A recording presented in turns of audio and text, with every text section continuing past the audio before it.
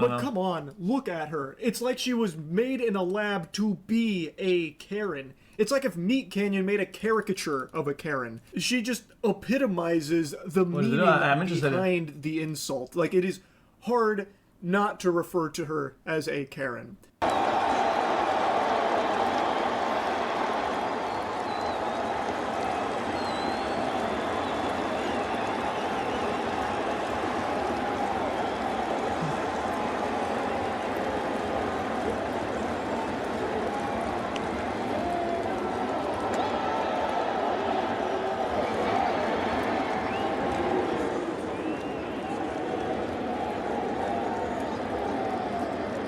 Now, when I first saw this clip...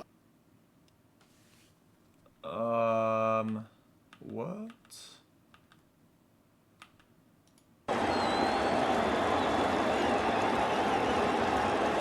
Yeah, and, bro, and she puts her hand on him, dude. That's awful. Nah, it's not an L, Dad. Even though this is not a lesson you might think is valuable, I think there's a genuine lesson here. And lesson is discipline. You have something to live for. You're going places, okay? Sometimes you need to put your foot on the ground when things matter. Sometimes it's just not worth the trouble. Sometimes it's like, this person is a fucking fuckwad, loser, cuck. It's all good. You know what? It's some fucking ball worth $20. You keep it, man. You do your thing. They have the memory of picking it up and having it. That's all that matters, really. Who cares? For the rest of it, it's a ball. There's nothing else about it. Once you pick up the ball and you have it in your hand, right? That's permanent. At that point, you can give the ball to anybody. It doesn't matter anymore. It's just a ball.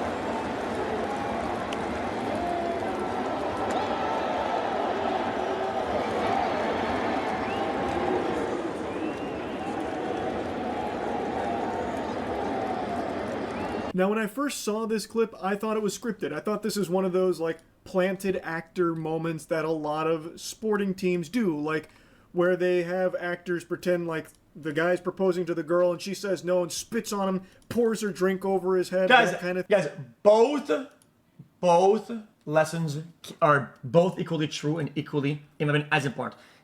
Slipping your foot on the ground saying this is important to me, I'm not doing this, is good, and saying I don't want to deal with this, this is not worth it, fuck them, are both correct and fine. It just depends on what things matter to you, and that's where it differentiates. But it's all fake, part of the show, just to be entertaining. This is just like so perfect that I thought it was probably just make-believe, just for the sake of like a viral clip. It's apparently real. I thought for sure this was just someone playing the role of a Karen, like wearing a wig and shit with the attitude, and the way the guy reacts to her approach is like cartoonish, where he like freaks out and he like throws up yelling at the guy.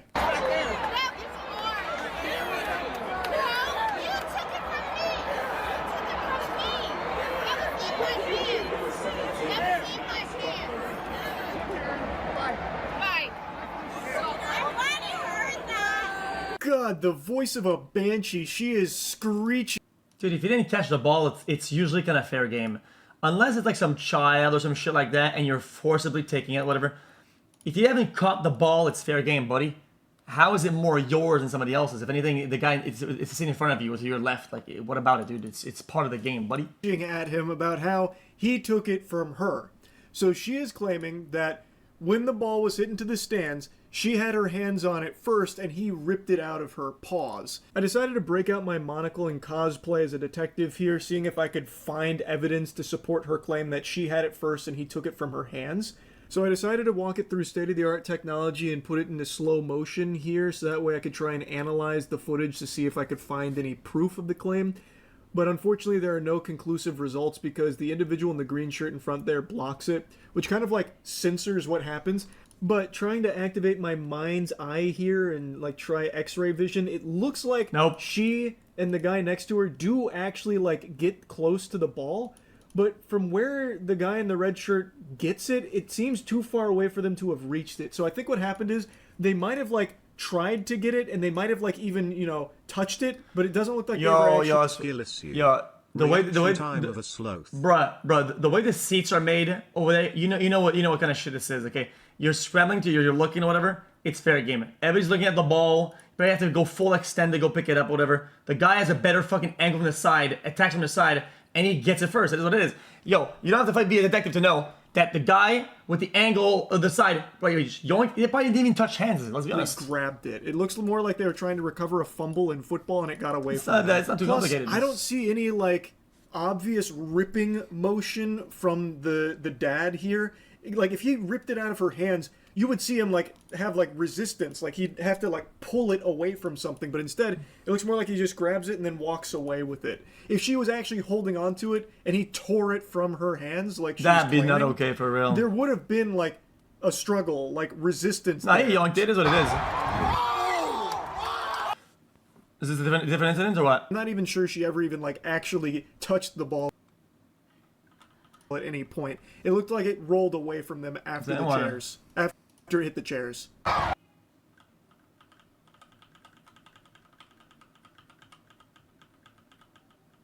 That should hit the ground though. That should hit the ground though.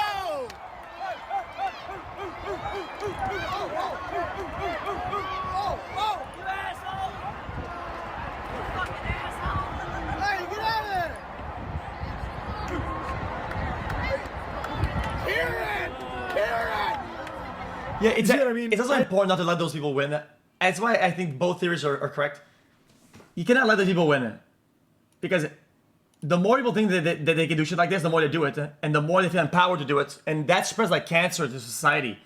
You can't have this rampant. It's a problem. You see what I mean? I don't think she ever actually had the ball. I think there's a bunch of barnacles that she's trying to pull here. Yo, and then, like, winning by self-victimization and winning by pity and deceptive tactics is no win at all. People need to put their foot on the ground as a society and say, no, we don't do this anymore. Attacking the guy to give the ball back to her. It's hers. It's her precious. And then he just decides to stop all this, hoopla. Which actually ended up being a really good decision because his son got more than just a baseball. The kid actually did get to go get a signed bat from one of the Phillies players. So it ended up working out really well there. And now this lady just has a ball that's got a lot of, like, fucking cursed energy on it now from this absolute fucking diabolical display that she put on. True. Now, I would like to show you, though, that she doesn't just take out her wrath on this father here. All the people around them were making fun of her for it, so she went, like, up into some other guy's face yelling at him.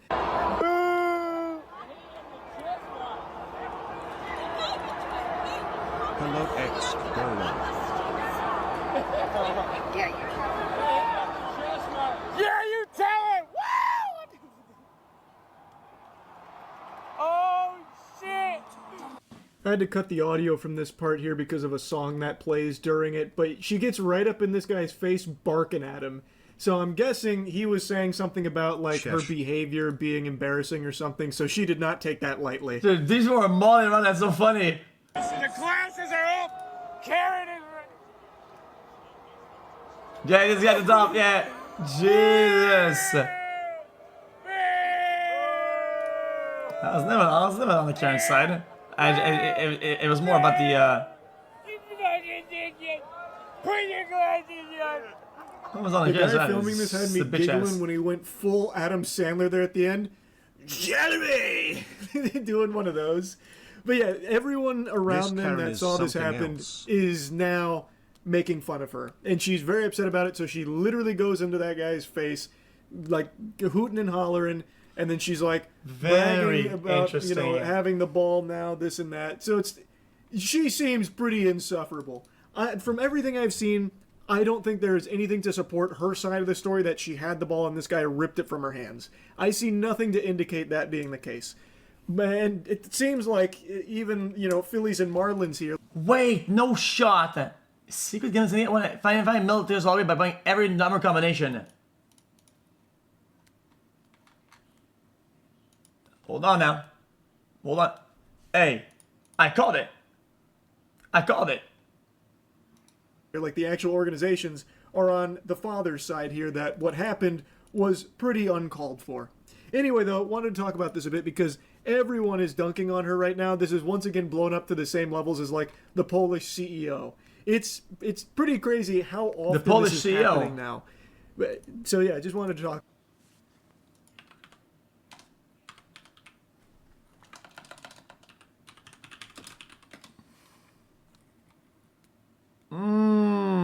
Nothing's on Twitter. A Polish millionaire Oh, yeah, is saw speaking that for out sure. today after facing backlash for stealing a hat from a child at the U.S. Open this week, and it wasn't to apologize. Yeah, we saw. Yeah, the Gucci kid hat bullshit. Very interesting. Yikes. This happened after a match when tennis star Kamil Myshak was signing autographs after his win. He took off his hat to give to the boy, but that man snatches it away and takes off with it. After facing criticism online, the man responded by saying, quote, "If you were faster, you would have it." The reality is that, people say, oh, this is not that deep, is that these incidents are a lot, it's actually the opposite. It's a lot deeper than people say that they are. Imagine thinking that this is like an okay way to like portray yourself or like conduct yourself as a fucking grown-ass adult, and to do this shit looking like, and it's so easy, so normal. The guy looks away and it's like, it's everyday business. That's crazy. Imagine the type of shit this guy does on a day. Like, it's just, this is an awful person. I don't know what to tell you. Like, it, and threatened legal action for those criticizing him. But Myshak met up with the boy afterwards and gave him another hat to make up for it. I don't know what that man can do to make up for his actions, but, he's got to live with it. Yeah.